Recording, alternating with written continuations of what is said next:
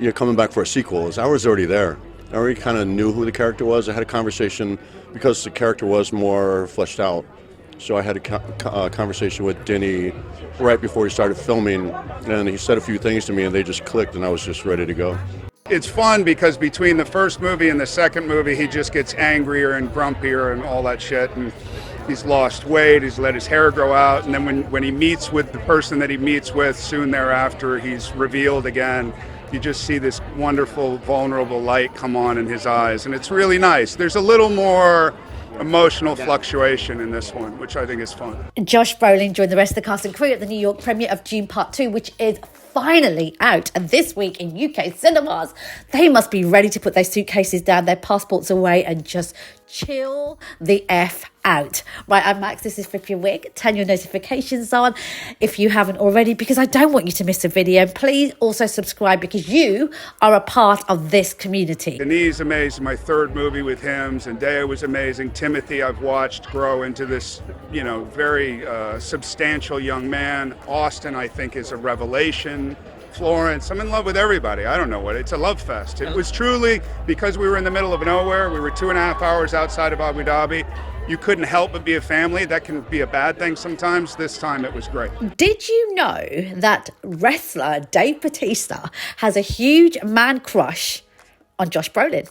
Let me reveal what he said at the New York premiere. He said, God, I have a man crush, a huge man crush on Josh Brolin. I love him as a performer and as a human being. That makes me really happy. Also, I've had the pleasure of interviewing Dave Bautista, and he has this real imposter syndrome, which I want him to lose.